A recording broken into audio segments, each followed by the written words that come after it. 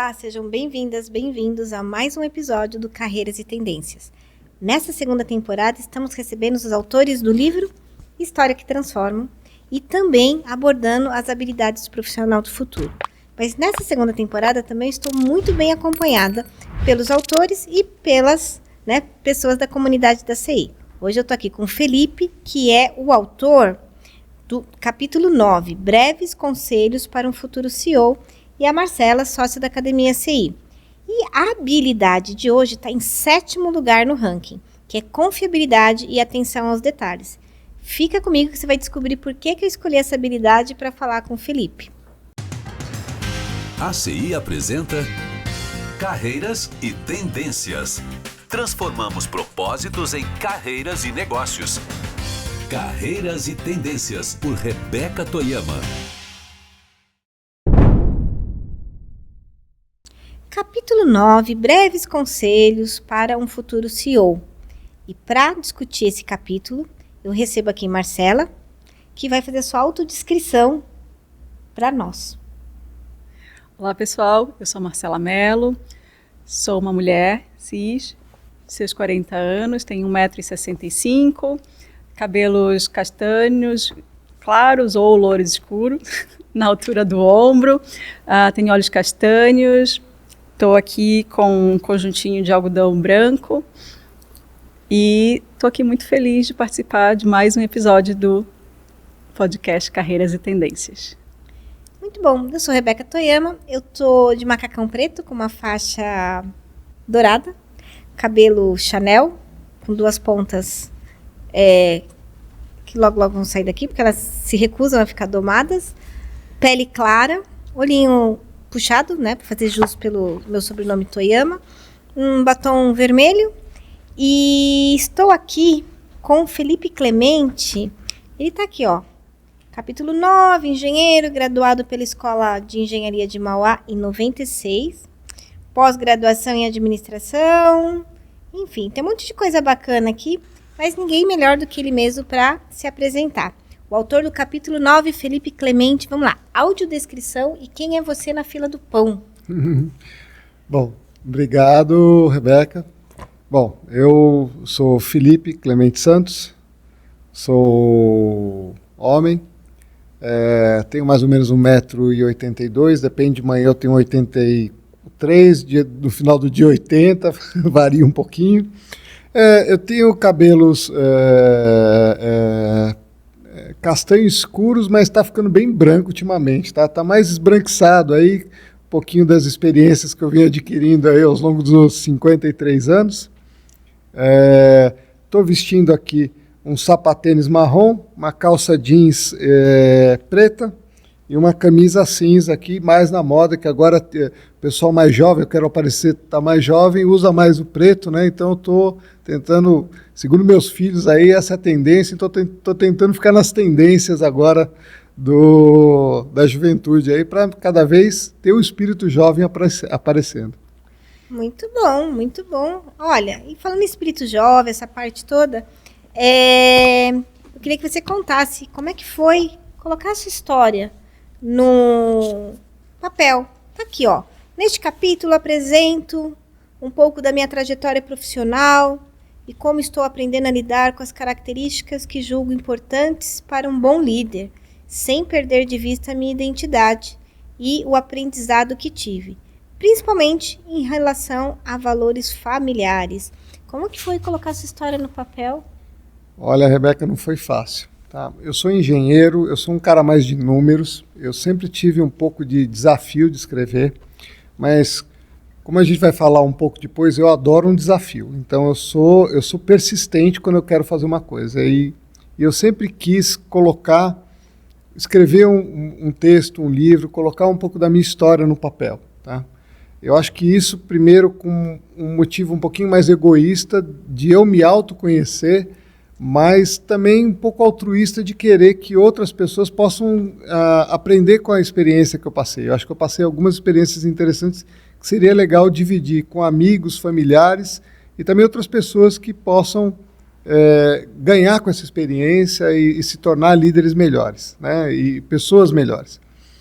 E eu comecei como todo engenheiro, né? A gente coloca os bullet points lá para... Eu não ia contar que a primeira versão que ele me mandou em 24 horas depois do convite foi em bullet point.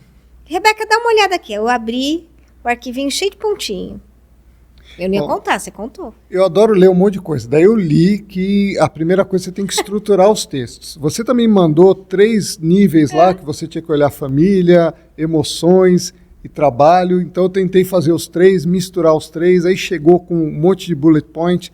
Aí eu tentei colocar coisas no meio daquele bullet point. Quando eu acabei a primeira versão, eu olhei aquilo e falei, olha, lindo, parece aqueles memorandos que você manda para reunião de conselho. Eu falei, ninguém vai ler esse negócio aqui, o cara que lê isso aqui vai dormir, né? Então eu comecei a botar um pouco mais de emoção, e aí eu fiz um negócio muito interessante, Rebeca. Eu peguei e mandei para as pessoas que tinham vivido aqueles momentos comigo. E falei, lê e vê o que você acha. E olha, isso foi muito revelador, porque muitas vezes a forma como você olha um momento, nem sempre a forma como outras pessoas olham. E isso me mostrou visões completamente diferentes daqueles momentos. Isso enriqueceu muito a experiência para mim. Olha. E muito legal também do meu próprio irmão, que eu não tenho tanto contato, a gente ficou um tempo sem contato, olhar aquilo e falar a visão como ele vivia. Ele é um cara que, vamos falar assim, tem um temperamento diferente do meu, tem uma história diferente, tem pontos de vista diferentes do meu. Então foi muito rico ter essa visão dele nessa história. Isso me abriu um universo muito interessante. Então, para mim, foi um autoconhecimento incrível fazer. Eu acho que no final ficou uma história mais emocionante, com mais emoção. Eu acho que eu consegui passar um pouco do que eu vivi e como essas experiências me moldaram. Nossa, que interessante. Me fez eco na nossa ferramenta do Descreva. Me lembra dela? Que aí você manda, né, aquelas 4 perguntas, eu recebo. Quer dizer, você se olha pelo olhar do outro e você fez isso com o teu texto. Então, quer dizer, a evolução dos bullets para o que você me mandou depois, que realmente você me mandou bullets, depois você me mandou bullets gordinhos, e aí depois você deu uma sumida. Aí depois chegou um texto estruturado. Olha, eu não sabia. Bom saber dessa técnica. A gente está pensando em escrever outro livro, já acho que adotar. Tipo assim, todo mundo escreve. Agora todo mundo manda para 3 pessoas. Olha, mas vai dando ideia, que minha cabeça é um parquinho. Você vai ver que você vai ter algumas surpresas quando você fizer isso. Não, eu vou fazer com os meus clientes. Sobra pra gente. Sobra para os clientes as minhas ideias e sobra para ela estruturar, porque ela é responsável pelas operações. Então, dá para ela que sobra. A fria sobra para você no final. Que coisa interessante. Tipo assim, ela tem as grandes, gigantes ideias. Para dominar o mundo. Para dominar o mundo. E eu sempre compro todas as ideias, então faço acontecer. Aí tecnologia, processo, essa parte toda, ela vai lá buscar. O famoso se vira nos 30 aí, vamos lá? Não, é COO. Eu tava... COO. Ah, De operação, ela tem que fazer operação. De operações, viu? Faz acontecer, né? Mas o que você achou do capítulo? Leu o capítulo do Felipe? O que você Li achou? o capítulo do Felipe e impressionante que funcionou muito a tua estratégia, que o texto está muito gostoso de ler. Né, conhecer a tua história foi assim incrível. Me identifiquei em vários momentos, principalmente quando você fala, né, de família e tem uma família portuguesa grande, né, isso tocou muito em mim. E o que eu acho muito bacana, tem muita, você trouxe, né, a cada parte do texto, né, um desafio que você teve, como que você superou aquele desafio, né, como forma de uma lição. Eu achei muito bacana isso no teu texto.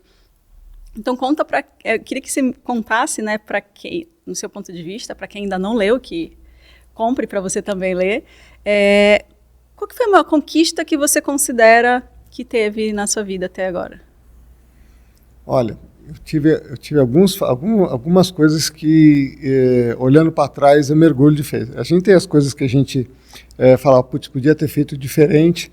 Mas aí eu sempre olho para trás e falo, tá bom, com o conhecimento que eu tinha naquela época, será que eu tinha feito diferente?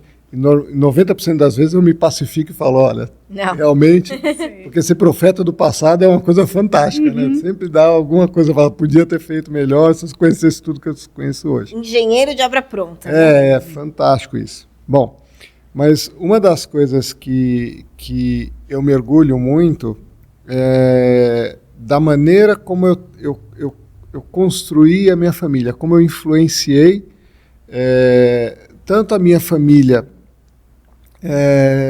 direta que eu tenho, mas também meus pais, meus avós, o fato de eu sempre ter estado lá para ajudar. Eu acho que eu tenho essa coisa de ser o primeiro filho e o primeiro neto, que brinca que fica sempre um pouquinho de peso nas costas, assim, da responsabilidade de você poder... Você sempre é a pessoa que é buscada para ajudar e para fazer, mas eu sempre gostei muito e me orgulhei de fazer isso. E eu vejo hoje que muito do que eu fiz construiu tanto os relacionamentos que eu tenho com a minha família, né, entre eles também, e o relacionamento que eu tenho com a minha mulher e com meus filhos. Então, é uma coisa muito gostosa que a gente tem, e eu acho que isso é uma coisa que você vai ter que trabalhar ao longo do tempo. E junto com isso também, como eu consegui moldar e fazer outros objetivos que eu queria ter sem deixar essa bolinha cair. Então, ter conseguido me envolver com instituições, ONGs, ter tido impacto e ter impacto na sociedade, conseguir voltar coisas para a sociedade, ao mesmo tempo levar uma carreira e ter sucesso nessa carreira e me orgulhar do que eu tenho feito, olhar para trás e falar, putz, se eu não tivesse aqui, talvez essas empresas não conseguissem chegar onde estão hoje. E, ao mesmo tempo, manter minha saúde e meu bem-estar junto. Eu brinco que são 4 bolinhas aí que, se manter as 4 equilibradas, os 4 pezinhos do banco para ficar. Com 3, o banco ainda fica de pé. Sim. Mas o ideal é tentar manter as 4. Então, para mim, acho que a maior conquista foi conseguir manter essas 4 bolas, mas principalmente a da minha família, que para mim é uma das que mais importa, né? De pé e legal. E vamos falar um pouquinho de desafio. A gente geralmente olha, essa pessoa, esse grande executivo, né, esse grande CEO, ele veio, né, de uma família desestruturada, venceu grandes batalhas, como se só houvesse esse tipo de dificuldade. Mas a gente tem um outro lado de pessoas que vieram de uma família muito bem estruturada, de homens ou mulheres exemplares. E aí tem uma escolha. Ou eu fico dormindo porque está tudo pronto, né? Que não foi a sua escolha. Ou arregaça a manga e fala, tá bom, vou continuar esse legado, etc. Então, eu queria que você contasse um pouco desse lugar, que não é de quem veio de uma família caótica, e não é do lugar de quem, que já que estou numa família estruturada, vou ficar aqui pensando na vida, ou só estudando, ou só procriando, sei lá. Você, né, construiu uma família, você estudou e você criou uma carreira incrível, né? Então, eu queria que desse lugar de fala você contasse um pouquinho como é que foi a sua experiência. Tá, aqui tem uma coisa interessante. Eu vim de uma família que tinha bastante recursos, mas uma família que se fez e que veio de meus avós e bisavós vieram de Portugal em condições bem precárias. Meu avô paterno chegou no Brasil com 12 anos, a família dele tinha passado muita dificuldade e ele teve que vir trabalhar no Brasil porque ele ia passar fome se ele continuasse em Portugal. Então ele veio muito novo para trabalhar numa casa de família aqui, para cuidar de 2 senhoras. E aí ele foi evoluindo e com isso ele foi crescendo e se fez. Teve um comércio, teve muito sucesso, começou a trabalhar no comércio, se fez no comércio, depois comprou algumas fazendas e foi se fazendo. Então foi uma pessoa que se fez. Ele, por ter sofrido tanto, ele era uma pessoa muito dura com os filhos dele e com meu pai. E meu pai, consequentemente, também buscou essa educação e deu para a gente uma educação muito severa e muito conservadora. Tá? O que, por outro lado, também fez a gente ser muito pé no chão. Então, eu brinco que, apesar de vir de uma família que tinha muito recurso, que valorizava muito a educação e tudo, era uma família onde a gente tinha que se fazer por conta própria. E eu tinha um negócio muito claro em mim que eu não poderia usar a minha família para ter conexões para subir. Eu tinha que ir fazer tudo por conta própria. Então, toda a minha carreira que eu fui fazendo, tudo que eu fiz, eu consegui do zero. Eu tinha que criar essa moral, eu tinha que criar meu nome do zero. Tá? E eu fui fazendo isso por muito tempo. Mas isso também é um erro. Eu acho que tudo que você tem que fazer na vida é um balanço. Você tem que balancear as coisas, equilibrar. E chegou numa hora que eu comecei a parar de crescer porque eu não gostaria de depender dos outros, eu não queria pedir favor para crescer. E numa sociedade onde você vive, as suas conexões, o seu network, é uma grande forma de você aumentar seu impacto, tanto profissionalmente, quanto também à sua volta. Se você não usa esse network para isso, você perde uma chance de ter maior impacto na sociedade, de ter um impacto maior, de ter um impacto profissional maior e até familiar. Tá? E eu acabei descobrindo isso já com 30 e poucos anos, quando eu fui para o MBA, eu conto uma parte disso no livro, e que me começou a fazer que eu tivesse mais esse balanço. Porque eu tinha meio que uma barreira para usar isso. Eu falei, eu tenho que me provar para minha família, eu tenho que ser digno antes de utilizar isso. É como se eu estivesse utilizando uma muleta, um subterfúgio para fazer. E, na verdade, não é. É parte das nossas ferramentas, da nossa convivência utilizar. Você cria o seu network, você alimenta ele e ele te ajuda também nos momentos que você precisa e te ajuda a ter maior impacto na sociedade. Então, é muito importante que você tenha esse balanço. Não dependa só dele, não dependa só de contatos familiares ou de contatos de amigos, mas é uma coisa importante para você ter na sua caixa de ferramentas para você ter o maior impacto possível nas coisas que você se predispôs a fazer na sua vida. Você sabe, quando eu fui escolher a habilidade para o seu episódio, eu fiquei pensando também em pensamento sistêmico, que é uma das habilidades, porque realmente você tem essa visão do todo, quer dizer, não excluir as partes. Então tá bom, não, vou excluir o network, não, vou excluir o legado familiar, não, vou excluir... Você foi incluindo, né? Porque é muito I, né? Porque que chama CI, esse I é de integrativo, que é o olhar sistêmico que a gente coloca. E você foi integrando as partes, né? Tanto que quando eu escrevi o prefácio da sua parte, eu falei, olha, tem uma carreira incrível, uma família linda, né? Então, assim, tem um casamento, tem carreira, tem uma família, tem filhos.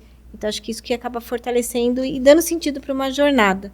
Mas acho que a gente até estourou o tempo aqui, eu estava aqui te escutando. Bom, acho que a Marcela já comentou, alguém aqui já comentou, o livro está disponível na Amazon. Não dá para a gente contar a história inteira do Felipe aqui num bloco só, porque no próximo bloco a gente vai falar sobre a habilidade do futuro. Então, fica aí que a gente já volta. Você está ouvindo Carreiras e Tendências. Confiabilidade e atenção aos detalhes. No último ranking de habilidades do futuro, 7ª posição. E nas tendências, 12ª. Então, dentro do relatório do Fórum Mundial, a gente tem alguns rankings. Então, essa 7ª posição é agora. Quais são as habilidades profissionais do futuro? A 12ª é uma tendência que aí o RH ou um profissional que quer, né, se desenvolver, ele vai olhando também quais são as tendências. Eu achei muito interessante falar de confiabilidade nesse episódio, no momento que a gente tem, por exemplo, muitas crises e muitas guerras, então confiabilidade extremamente abalada, e num ano de muita decisão, metade da população, portanto 4 bilhões de pessoas votam esse ano. Então a gente tem aproximadamente 80 países que vão entrar em pleito, dentre eles o Brasil. E uma das questões aqui é confiança. Então alguns valores foram mudando, talvez essa atenção aos detalhes, que às vezes na correria a gente não preste atenção. E o Felipe, né, o autor aqui do capítulo 9, ele tem, né, acho que características que vão ajudar muito a gente a entender qual que é a relevância, né, dessa habilidade, né, confiabilidade, atenção aos detalhes, e desse lugar que você ocupa, né, que é o topo da pirâmide, né, não é um C-level, é um CEO, que eu acredito que tem muito a falar para a gente sobre essa habilidade. Então, Rebeca, eu acho que aqui um ponto importante nisso é você, como líder de pessoas, quanto mais você sobe, mais você depende das outras pessoas para fazer o trabalho para você. E elas só vão fazer isso bem, e elas só vão te seguir se elas confiarem em você. E eu acho que a confiança está ligada também com consistência. Então, uma das coisas que eu faço, e você vai ver na minha carreira, eu meio que coloco algumas metas da onde eu quero chegar. é mais uma bússola, é um rumo. Não quer dizer que eu vou seguir uma receita de bolo exatamente como está, mas eu tenho no que eu quero fazer um bolo de cenoura, tá? Então, a ordem que eu vou fazer o negócio pode mudar ao longo do tempo, mas eu sei aonde eu quero chegar.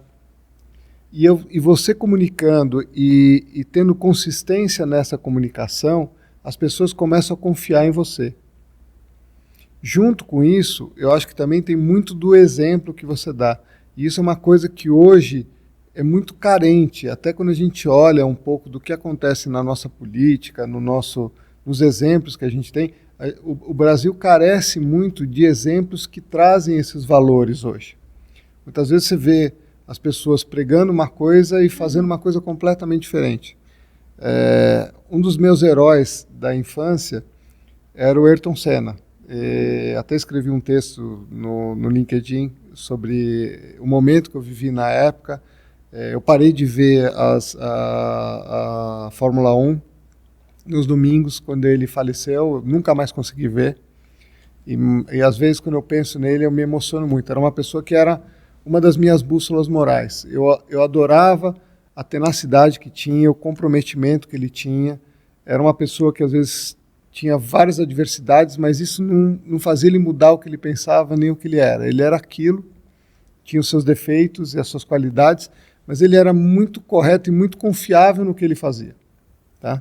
Então, tanto que os japoneses, eles valorizam muito esse tipo de traços. E ele era amado no Japão. Ele corria com o motor da Honda e lá também carecia de alguns heróis. Ele também foi adotado pelo povo japonês como um ícone e um líder. Até hoje, muitos japoneses, quando vêm no Brasil, eles visitam o túmulo do Ayrton Senna por causa disso. Então, para mim, você ter isso como exemplo, a confiabilidade, a atenção nos detalhes, entender o que está fazendo, como você coloca uma sequência, como essa sequência de ações que você está tomando estão alinhadas e fazem sentido com o que você quer atingir, para mim é indispensável para um líder que realmente quer influenciar as pessoas que trabalham com ele. Nossa, interessante, né, esse eco com a Ayrton Senna, até pelo próprio instituto, né, que ele deixou aí esse legado lindo, né, que ele deixou, e também tem eco, né, com a tua história, né, com esse altruísmo. Mas eu lembro, por que essa confiabilidade e atenção aos detalhes estão aqui? Porque eu lembro, o Felipe termina a sessão, você coloca uma atividade para ele. Ou ele entregava, as soon as possible, no mesmo dia, ou ele ia lá na agenda dele, colocava aquela tarefa, reservava 1 hora. Eu tenho que fazer essa tarefa, Rebeca? 1 hora, dá. Ele ia lá na agenda dele e colocava, né? E aí aquela coisa de que boa parte dos meus clientes, né, CEOs ou C-levels, eles colocam a função sempre como muleta. Ai, Rebeca, você sabe, né? Eu não fiz porque ser C-level é difícil, ser CEO a gente não tem tempo.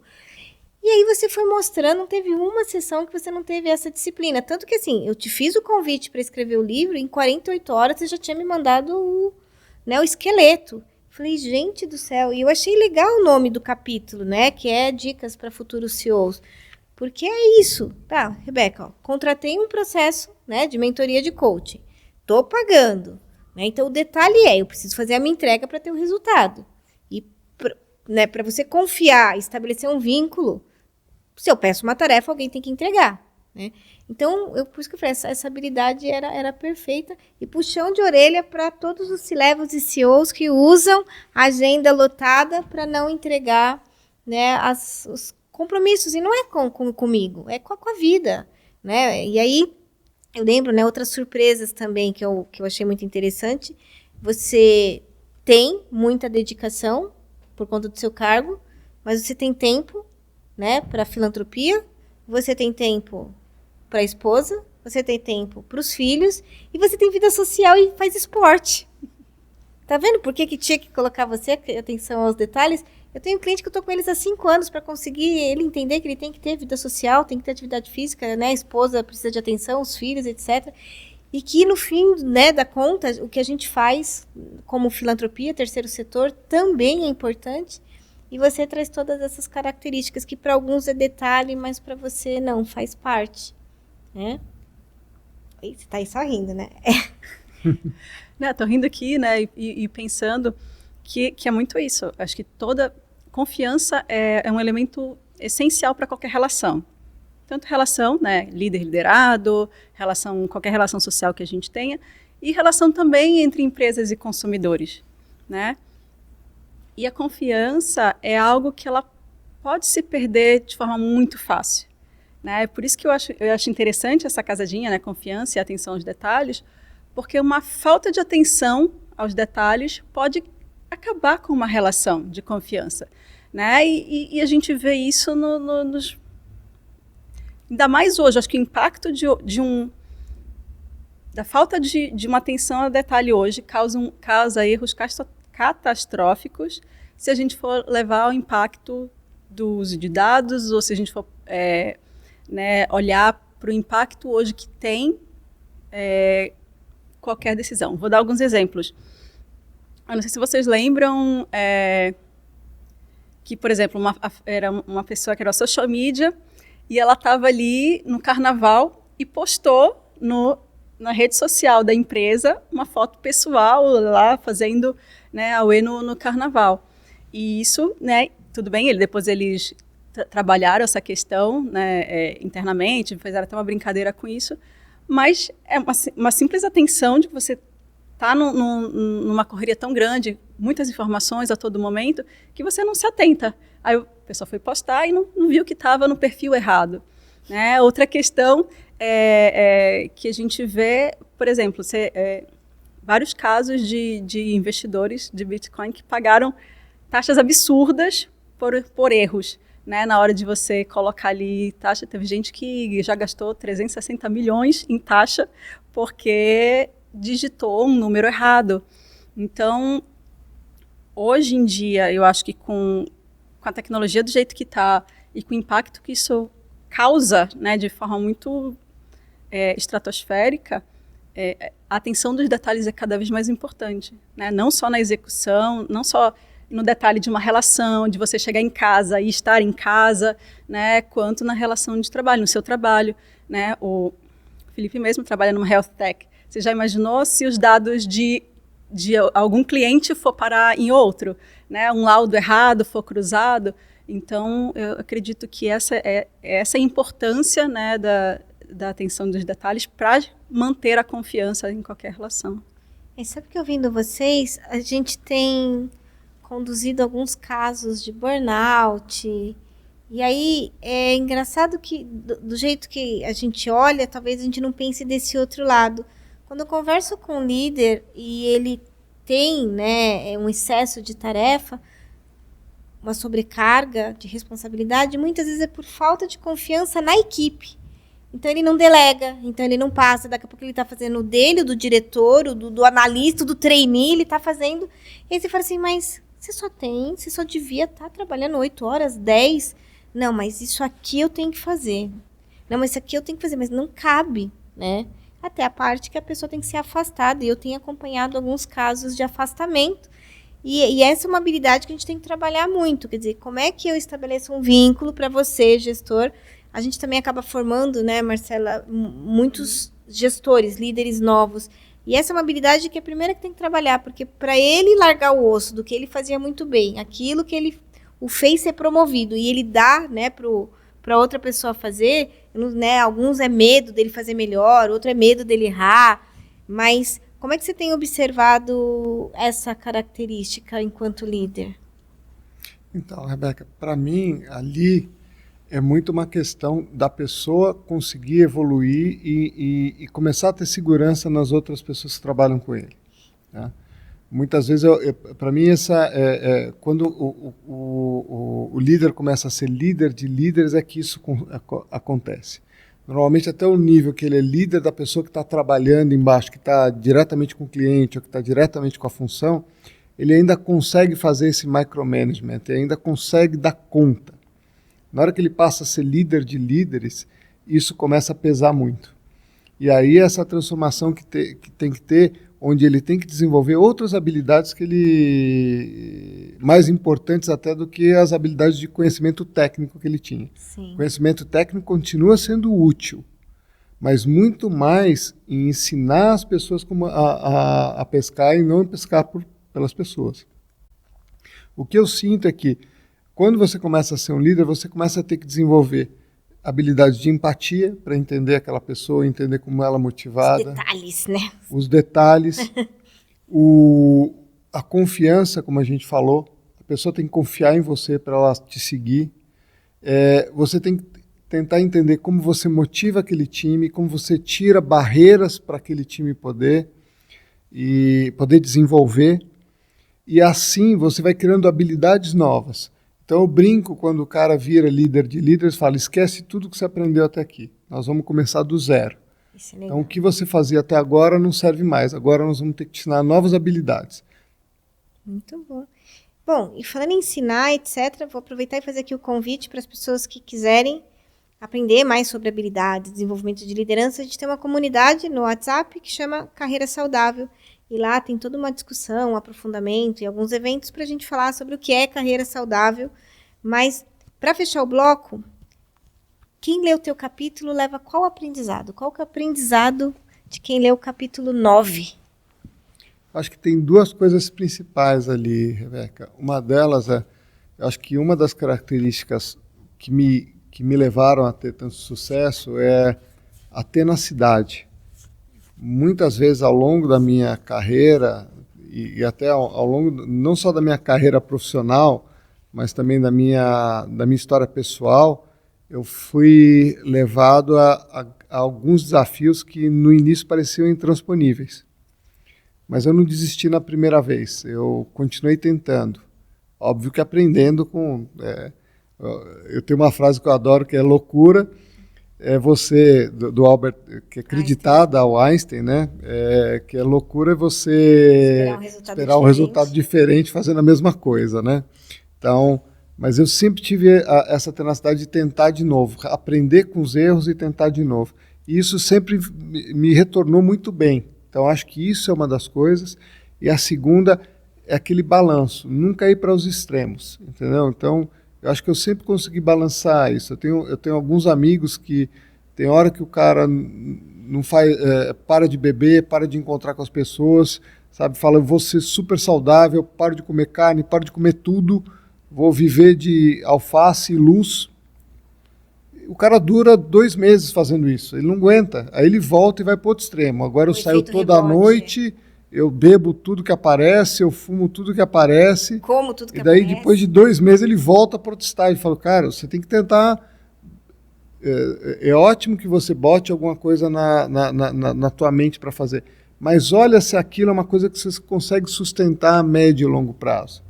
Então, eu brinco que o problema está nos extremos. Sim. E isso está muito relacionado com o momento até que a gente vive hoje na política e tudo aqui, de polarização. Tudo que é muito extremo não é uma coisa que é sustentável, normalmente não é uma coisa que vai te levar para um caminho bom. Então é importante ter esse balanceamento entre o que você faz, entre as bolinhas que você tem que manejar ao longo da vida, né? E eu acho que o teu capítulo ensina, tem uma regra das bolinhas, que fala que as bolinhas a gente vai manejando, e tem uma delas que é de vidro, né? Que é a saúde física, né? Porque sem ela as outras bolinhas não rodam. Uma outra bolinha que é de ferro, que se cair no chão amassa, é família. Né? As outras a gente vai, joga pra cima, pinga, pega de novo, mas legal. Bom, falando em legal e dicas, enfim, a gente vai encerrar aqui esse bloco. Já fiz o convite para vocês estarem mais próximos. E o próximo bloco é de dicas culturais. Aguentem um pouquinho que a gente já volta. Você está ouvindo Carreiras e Tendências. Dicas culturais, mas antes de passar para as dicas, quero saber do Felipe. O que mudou na sua vida a sua passagem pela academia CI? Olha, Rebeca, eu procurei a academia porque, por ser o primeiro filho, como eu já falei anteriormente, eu acabo tendo uma dificuldade grande de dizer não para algumas coisas. E às vezes eu aceito coisas que eu não deveria aceitar e depois isso acaba me gerando uma tensão e muitas vezes eu acabo negando depois, mas de uma forma muito emocional, sem e acabo machucando algumas pessoas quando eu faço isso. Então, eu precisava saber ser mais assertivo nessa negociação, tanto no profissional quanto no pessoal. Então, procurei formas e exercícios que eu poderia fazer para que eu tivesse mais sucesso nisso, porque eu via que era uma condição crítica para mim, na posição que eu tenho hoje e também na minha vida pessoal, para que eu melhorasse e conseguisse fazer isso. Essa negativa, muitas vezes, essa assertividade em falar não para algumas coisas, de uma forma que não fosse nem muito emocional e que eu não dissesse sim também para coisas que eu não deveria dizer. Tá? Então, essa foi uma das coisas que eu queria, ser mais assertivo nessa parte, especialmente quando eu tinha que dar uma resposta negativa ou um feedback de construção para as pessoas. Muito bom. E tem conseguido? Olha, Rebeca, eu acho que é um processo, porque como é uma coisa que é tão enraizada, eu não tinha esperança de mudar de uma vez só. Eu tinha esperança de, primeiro, ter mais consciência quando estivesse acontecendo, e isso eu consegui, e ter algumas ferramentas que me ajudassem nesse processo a ser mais assertivo. E eu consegui, então esses dois eu consegui. Se eu acerto todas as vezes, ainda não, mas eu acho que eu estou melhorando. Ai, que bom, né? E você sabe que muito desse seu lado de consciência, eu fiz um convite agora há pouco, vou fazer em público, que é assim, lendo o teu capítulo, e essa parte, né, que você tem esse olhar sistêmico, você tem muitas características de poder realmente contribuir com futuros CEOs da postura de um mentor. Essa sua sabedoria, até, né, essa sua clareza de falar assim, estou em evolução. Né? Uhul, não, agora eu falo não para tudo, eu falo sim para tudo, né? Eu virei vegano, vegetariano, enfim, esse lugar, né, de consciência, eu acredito que sejam características, né, de um excelente mentor para líderes futuros. Então fica aqui convite, sugestão, intimação, não sei que nome a gente dá. Vamos começar uma nova jornada. Vamos, e essa só vai ter gente incrível, porque ela acontece em grupo. Legal. Né? Ela acontece em grupo. E hoje, assim, de boa parte dos clientes que eu atendo, a pergunta é, o que faz um CEO? O que pensa um CEO? O que come um CEO? Né? Porque, tipo assim, meu próximo passo é lá. E a gente não tem profissionais sérios que se dispõem a estender a mão, que foi a proposta do seu capítulo, né? Então, sim, vamos começar uma outra jornada, mas agora é com muita gente legal. Tudo bom? Tudo bem. Ela sempre tá rindo, eu gosto disso lá. O que eu mais gosto agora, virei CEO, e agora? Isso. E às vezes a pessoa vira sem estar completamente preparada para aquilo. Sim. E essa, né, a parte relacional, porque eu gostei da frase que você trouxe. Não é só quando eu viro líder de líder que eu preciso abrir mão de muito do que eu já aprendi. Né? Ser CEO também é sobre abrir mão de tudo que dava certo até ontem. Quando eu sento naquela cadeira, né, de founder, de CEO, eu tenho que abrir mão, às vezes, de grandes paixões, porque aqui eu sou muito mais para o outro, né, do que muitas vezes para atender as minhas metas. Mas olha que é maluco, eu não posso me perder nesse para o outro, que senão também a minha performance vai, né, e aí minha vida pessoal paga o preço, a minha saúde paga o preço. Então a gente está com um apagão, né, de bons CEOs que desejem, né, contribuir com outros, né, um apagão. Se o apagão gera de líderes, imagine de C-levels e CEOs. Sim. Né? Mas vamos agora para as dicas. A gente prometeu dica, né? Vamos falar dica. Então, dica para você fazer a formação de mentores e a sua sugestão de livro. Então, assim, pela história do Felipe, né, e pela habilidade que a gente trabalhou aqui hoje, eu acredito que estar bem, né, todos os dias, seja muito importante. E por isso que eu resgatei um livro que a gente fez até uma série sobre ele no YouTube. Acho que a gente pode até colocar aqui o link, que foi sobre o Milagre da Manhã. Uhum. Né, que vai ensinar a gente a começar bem um dia, para ao longo dele você conseguir estar consciente, com uma atenção plena, para, né, confiar em si mesmo, confiar no caminho que você escolheu, para ter, né, foco e atenção aos detalhes e construir, né, um caminho, uma carreira consistente e de acordo com aquilo que você acredita, né?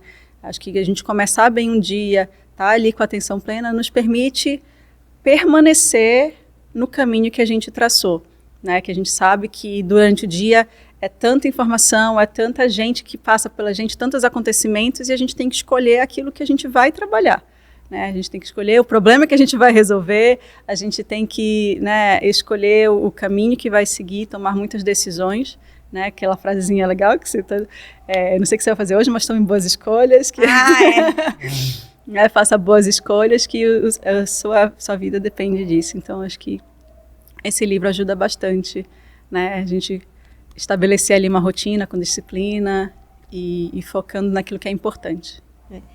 Essa frase nem é minha, vou colocar a autoria. Eu lancei o livro anterior no Japão e conheci lá o Conan. Enfim, é um cara de luta, tal, mas ele também estava lá dando palestras para brasileiros e ele nunca desejava bom dia, nem boa tarde, nem boa noite, ele dizia boas escolhas, boas escolhas. Aí eu falei, Conan, a gente estava no mesmo hotel, eu falei, que isso? Ele falou, claro, se a pessoa fizer boas escolhas, ela vai ter um bom dia, uma tarde, boa noite. Eu falei, posso adotar? Ele falou, claro, adote. Então, né, num outro projeto que a gente tem, eu só falo boas escolhas, né, porque os seus resultados dependerão delas. Mas o Milagre da Manhã, eu fiquei fã desse livro. Você leu o livro? Não li. Não, é bem bacana. Tá na minha lista agora. Isso. Primeiro que ele me lembra muito uma das leis do Kybalion, né, que é traz os princípios herméticos, que é como começa, termina. Então, o Milagre da Manhã, ele traz lá algumas dicas, acho que são 6 ou 7 passos, para você começar bem de manhã. Só que não é aquilo muito complexo, ele consegue fazer as 7 coisas em 30 minutos. Atividade física, leitura, meditação, escrita e visualização. São 5 coisas. Então, ele faz aquilo bem rapidinho. Você pode fazer mais demorado. Eu faço mais demorado. Eu faço o Milagre da Manhã antes do livro. Então, quando eu li no livro, e quando o livro concorda com a gente, é ótimo, né? Eu falei, gente, como esse livro é inteligente. Estamos alinhados. Estamos alinhados. Então, o Milagre da Manhã é bem bacana, mas eu sigo ele e realmente funciona, né? E a sua dica de livro? Então, a minha dica, eu estava pensando, até a gente conversando, eu tinha uma dica, mas eu achei um que eu queria falar de um livro que me marcou. E um livro que me marcou foi a biografia do Steve Jobs. Ah, é? Por alguns motivos. Que ele tem essa atenção nos detalhes tremendamente, e esses detalhes de como você não abre mão de algumas funcionalidades, de como você persegue até quase como um maníaco a experiência do teu cliente, que fez com que ele lançasse alguns dispositivos que mudaram a história do mundo, né? Hoje em dia, há 20 anos atrás, a tua rotina era muito diferente. Imagina a tua rotina hoje sem um celular. Se você pega e tira o teu iPhone da tua mão, um celular inteligente. Isso foi uma coisa que mudou o mundo. Não sei se para melhor ou para pior, mas a forma como ele fez, né, o impacto que ele deu na sociedade foi gigante disso. Então isso para mim é um exemplo bom de como você vai atrás de detalhes e como isso pode fazer uma diferença gigante na vida das pessoas. O outro lado é o que eu aprendo também com os erros dele, e estão muito claros lá. Eu acho que ele deixou a família muito em segundo lugar, e ele se arrepende muito depois no livro, de tudo como ele tratou, como ele fez a filha dele, o tempo que ele demorou para aceitar a filha, a forma como ele tratou algumas pessoas próximas dele, e um outro ponto, a própria teimosia dele em achar que tinha controle de tudo, que levou ele a falecer por causa ele fez um transplante, acho que de fígado, ele teve um câncer, e ele não se tratou, ele não comia, ele não aceitava as recomendações. Ele achava e não que confiava, né? Não confiava e não dava importância a isso. Aos e detalhes. Isso foi o que acabou. Chega num ponto que não importa quanto dinheiro você tem, a tua saúde você não volta atrás, é a bola de vidro. Então ele levou ao extremo isso. Então eu acho que tem algumas lições muito interessantes nesse livro para tirar do que o lado bom dele, que é tão legal, mas também os erros que ele cometeu e como a gente pode aprender para não cometer os mesmos. Né? Eu tô com o livro digital dele faz um tempo, ainda não li, mas o filme, eu acho que eu já assisti 2 versões do filme, e realmente a gente tem muita lição para aprender para uma pessoa que mudou a história da humanidade, né? Com certeza. E filme? O que você trouxe pra gente hoje? Então, eu sou muito fã de Sherlock Holmes desde criança, né? Eu adoro mistérios, adoro investigações, mas eu gostei bastante da série da Enola Holmes, que é a irmã mais nova do Sherlock Holmes, e traz uma versão diferente, né, dessa história. Bem bacana, ela tem, né, esse aspecto de trazer algumas questões da mulher dentro da série, né, e tem toda aquela questão gostosa de ir atrás dos mistérios e de investigações, então acho isso muito bacana. Quando eu pensei em atenção em detalhes, eu disse, mas o que eu vou recomendar, né? Que eu sempre tento fazer essa coisa, eu digo, não, cara, tem que ser Sherlock Holmes, né? Que mais do que detalhista do que isso, né? Que sempre trazia, né, um detalhe que resolve, né, o mistério inteiro. Então, mas aí para não trazer o Sherlock, tem muitos filmes que eu gosto dele e gostei muito da última série da irmã. Muito bacana, muito bacana. Detalhes, eu sou muito detalhista, mas aí tem gente que fala assim, meu, você lê pensamentos, né? Outro dia o caçula, ele, enfim, por algum motivo não comeu o lanchinho dele, e aí ele falou assim, não, hoje eu vou fazer meu lanchinho de manhã. Aí, ok, lanchinho, aí eu olhei na pia, não tinha o potinho do lanchinho anterior. Eu falei assim, você não comeu o lanchinho de ontem? Como é que você sabe? Eu falei, porque o potinho do lanchinho não tá na pia, né? De noite não tem ninguém pra arrumar. E aí, mas eu fiquei com medo de você brigar comigo, que eu não tinha comido o lanche. Eu falei, tá, aí você vai levar o lanche estragado. Não, senhor, jogue, descarte isso e vamos comer o lanche. Então, essa coisa dos detalhes, né? Que não é assim, você lê mentes. Não, os detalhes vão trazendo. Né? E quem faz gestão de números, né? Às vezes aquele número naquela linha, ele vai dizer muito mais do que todo o relatório, né? Que foi construído para te levar para um raciocínio. Mas aquele detalhe, assim, mas e esse número, né? Não está vindo para cá, não faz sentido. O que você ia falar, Mar? Não, que é essa característica, né, de observação. Então, eu sou muito assim, que eu vejo muito os detalhes. Então, parece que a gente vai se preparando, né, para algo acontecer. Então, acho que esse também é um fator bem importante, né? Ter esse nível de observação das coisas acontecendo. Qual a sua sugestão de filme? Bom, eu sou uma pessoa geek, né? Na época a gente falava, como que a gente falava no Brasil? Tem uma expressão para geek no Brasil. Nerd? Nerd, essa mesmo, né?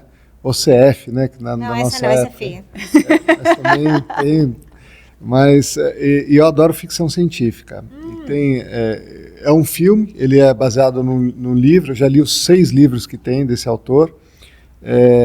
Mas chama Ender's Game. Esse foi lançado há algum tempo atrás. O Harrison Ford faz parte dele. E o que eu adoro nesse livro é um pouco o quanto que ele mostra o poder da empatia. Então, é uma raça alienígena que invadiu a Terra, teve uma luta. Esse filme é livro? É um filme e tem um livro dele, foi baseado no livro. Eu vi o filme, depois eu li todos os livros porque eu adorei.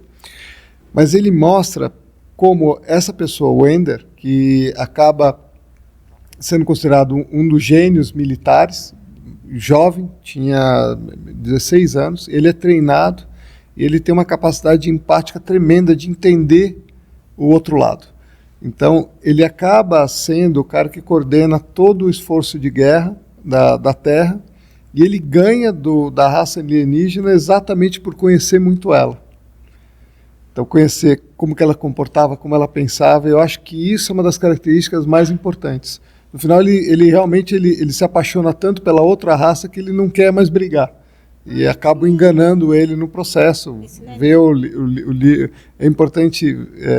até quem puder ver, vale a pena, porque é uma história bem interessante, tem muita estratégia ali, e tem toda essa parte de como você consegue, através da empatia, entender o outro lado, e com isso ter muito mais sucesso. É uma das coisas que eu sempre tento, quando tomo uma decisão, falar, eu vou, primeiro, antes de tomar essa decisão, o que aquela outra pessoa está pensando, o que é valorizado para ela. E aí sim, eu acredito que a gente acaba tomando decisões melhores quando a gente faz esse processo. eu comecei a fazer tênis de mesa. Não pode falar ping-pong, e meu professor puxa minha orelha. Eu queria uma atividade para fazer com o Davi, e a gente foi fazer. E aí eu consigo perder de todo mundo na aula. Eu bato recorde. E aí foi uma menina que eu nunca tinha visto antes, aí perdi dela. Aí o que eu comecei a perceber? Que ela entendeu aonde pingava a bolinha e eu não pegava, que era no meio da mesa. Eu não pegava nem de assim, nem de assim. E ela quase me zerou, né? Aí o professor, um fofo, a Mauri, ele olhou e falou assim, Rebeca, tênis de mesa é muito mais sobre observar o outro do que a si mesmo. Né? Você tem que pegar o ponto fraco do outro. Ela pegou o seu muito rápido e você demorou para entender. Aí fiquei com aquela cara de taxa, falei, ai meu Deus, fazer o quê, né? Então é isso mesmo, né? O olhar o outro, entender o outro, comunicação, estratégia, é muito sobre olhar, né, o movimento do outro. Gostei, eu vou ver se eu assisto esse filme lá em casa. Bom, agora o desafio de fazer a mensagem final em uma frase. A gente tem um desafio, ela dá risada porque assim, eu mando assim, tá aqui ó, mensagem final em uma frase. E aí, vamos lá, vamos tentar. Qual a sua mensagem? Vai começar por mim. Sim, claro, ele é nosso convidado, ele fecha. Eu tô frio ainda, eu preciso que vocês me aqueçam aqui nisso. É que ela me pede uma frase, sempre é uma mensagem, né? Não, tá aqui, ó, mensagem final em uma frase, gente, é sério, tá aqui, ó. Vamos lá. Eu acho que a minha mensagem de hoje é: confie em você e confie no outro. E assim você vai conseguir ter boas relações. Muito bom, ó, tá indo bem. Vamos lá, mensagem final, Felipe. Não importa a dificuldade, aprenda com ela e continue tentando que você vai ter sucesso. Muito bom, e aí vocês vão ler no capítulo do Felipe, né, que a vida nem sempre são flores. Ela vai achando um jeito, né, de ir moldando a gente pela direita, pela esquerda, por cima, por baixo. Vou agradecer a sua companhia, né, você é o motivo pelo qual estamos aqui. E fazer aquele pedido especial. Gostou do conteúdo? Compartilha, assina o canal, aperta o sininho, 5 estrelinhas no Spotify, sei lá, dá um jeito de apoiar, né, a nossa iniciativa aqui do podcast. E quero agradecer muito, Marcela, por estar com a gente aqui, né, com o teu sorriso, tua presença lá, é sempre bom. Felipe, sua agenda é super ocupada, mas você está aqui com a gente, tá? Não vou nem falar o horário que a gente está aqui gravando com o Felipe, mas não é tarde da noite, obrigada. Né, agradeça lá em casa também. Que o papai ainda não chegou, né? Agradecer a Sétima pelo apoio na estrutura, né? Nosso estúdio todo colorido aqui. O Thiago Toledo pela edição e distribuição. A Marcela aqui no apoio ao roteiro. E trazer aqui que eu te espero no próximo episódio, semana que vem, tá bom? Então, até o próximo. Acreditamos no potencial humano. São as pessoas que podem transformar o mundo. Carreiras e Tendências, por Rebeca Toyama. Realização: Academia de Competências Integrativas.